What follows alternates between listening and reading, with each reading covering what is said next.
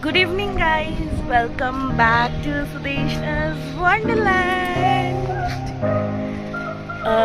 আজকে আজকে ব্লগটা আমি বিকেলবেলা থেকে স্টার্ট করছি। এখন বাজে 6:45।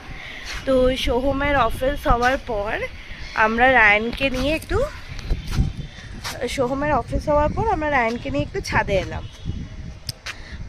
ও তো জ্বর এসছে জানোই তো। লাস্ট এসেছিলো মানে 1:30 পৌনে 2টার সময় আমি ওকে ওষুধ খাইয়েছি। তো তারপরে এখনও অবধি তো আসেনি, দেখা যাক এবার, এখনও তো টাইমও হয়নি আর কি আসার। তো ও বায়না করছিল নিচে সাইকেল চালাতে যাবে বলে। আজকে সাইকেল চালাতে যাবো না। তার আগে তোমাকে দেখো একটা খুব সুন্দর জায়গা, ক্যামেরায় কতটা আসবে না, আসলো না। দেখো দেখো দেখো, দেখছো কি সুন্দর সব পাখিগুলো, দেখো কি সুন্দর লাগছে। দেখো আমি আজকে ব্লগটা স্টার্ট করেছি হচ্ছে ছাদ থেকে। তো আকাশটা কি অপরূপ সুন্দর লাগছে, দেখো ভাবলাম তোমাদের সাথে শেয়ার করি। এত সুন্দর লাগছে আকাশটা, দেখো এখানটা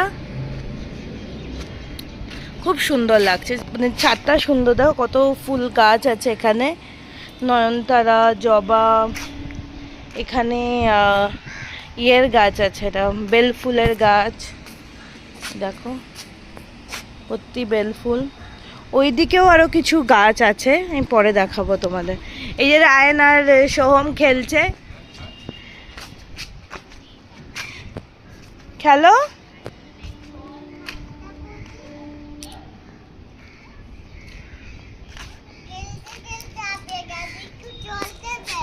ওই তো পাপার কাছে। দেখো এই দিকটা, এটা হচ্ছে একদম পেছন দিক বিনায়কের। তো এখানে একটা পুকুর আছে।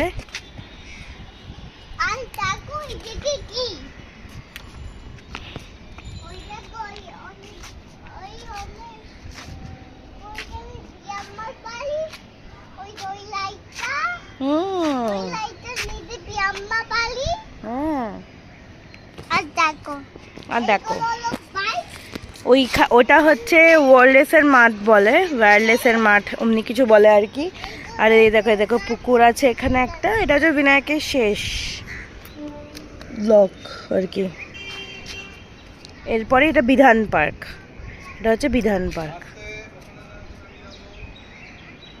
দেখো খুব সুন্দর, দেখো আকাশটা আমি খালি ভাবছি মানে কত রকমের শেড, কেউ যেন মনে হচ্ছে এঁকে দিয়েছে, এইখানে ডিপ ব্লু করে দিয়ে, এখানে স্কাই ব্লু করে দিয়েছে, অসাধারণ লাগছে, খুব সুন্দর লাগছে বলো।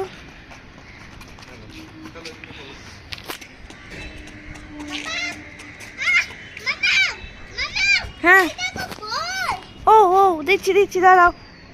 যে আমরা সব রায়নের সাথে খেলছি। এই বলটা দিয়ে খেলা যাচ্ছে, এটা হালকা না।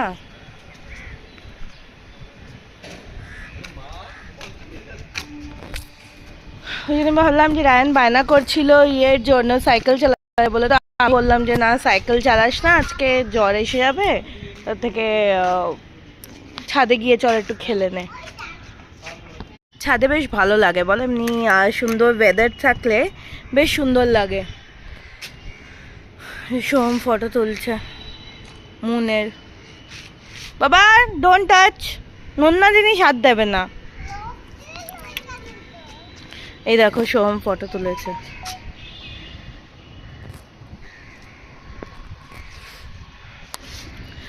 চলো এবার নিচে যাব।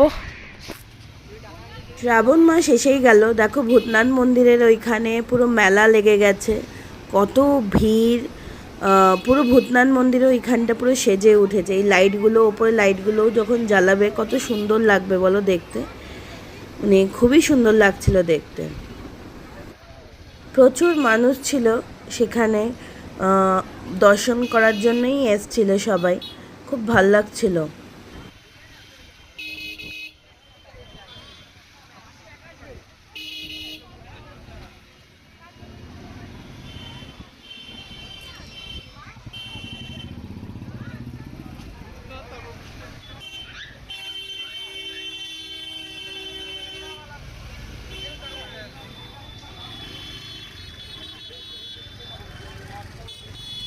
রায়ানের শরীরটা মোটামুটি ঠিকই ছিল, তাই ওকে টিউশনে দিয়ে আমরা একটু এই ভূতনাথ বাবার এখানে এসছিলাম। দেখো আহিরিটোলা সার্বজনীনের প্যান্ডেল বানানো স্টার্ট হয়ে গেছে।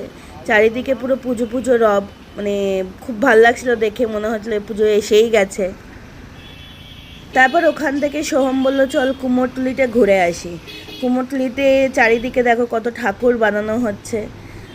তোমরা পারলে একবার কুমোরটুলিতে এই সময় কি আর একটু পরে গেলেও হবে, এই সময়ও ভাল লাগবে, আর একটু পরে গেলে তখন কালার করবে ঠাকুরের, ওগুলো দেখতে কিন্তু খুব সুন্দর লাগে। চলো আমরা ঘুরে আসি কুমোরটুলিতে।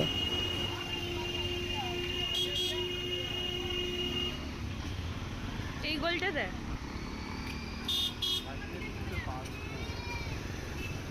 সোম বললো এই গোল্ডের দুপাশেই নাকি মানে সব ঠাকুর বানানো হয়। দেখো কত ঠাকুর বানানো হচ্ছে এখানে, দুপাশ ধরেই এমনি সব মানে ঠাকুর রাখা। আমি তো অনেকগুলো ছবিও তুললাম, অনেক বানানো হচ্ছে সেগুলোও দেখলাম।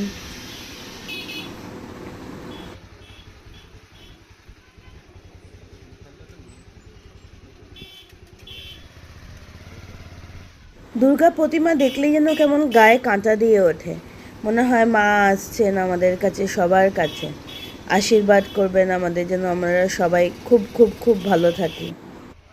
দেখো এখানে একটা ছোট্ট দুর্গা প্রতিমা বানানো হচ্ছে, খুব সুন্দর লাগছিল দেখতে, তাই আমি বেশ খানিকক্ষণ এখানে দাঁড়িয়েছিলাম ওনাদের কাজ দেখার জন্য। দেখো পেছনে একটা বানানো আছে, কি সুন্দর লাগছে।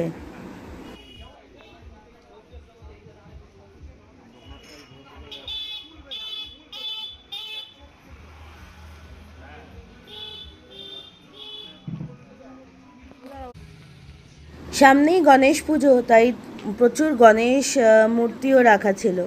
এই গণেশগুলো কি বিশাল বিশাল দেখো, আর খুব সুন্দর বানানো, মানে দারুণ লাগছিল, কত বড় বড় মূর্তি। আর মাত্র কিছুদিনের অপেক্ষা, তারপরে আমাদের কাছে গণেশ জি আর দুর্গা মা দুজনেই আসছে। We are so excited.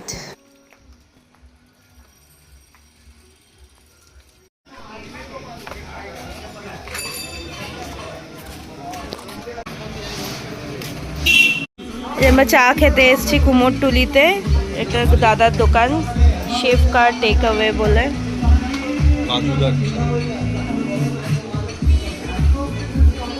খাও, সৌমি বেসিক্যালি খেতে এসছে, আমি একটু টেস্ট করবো।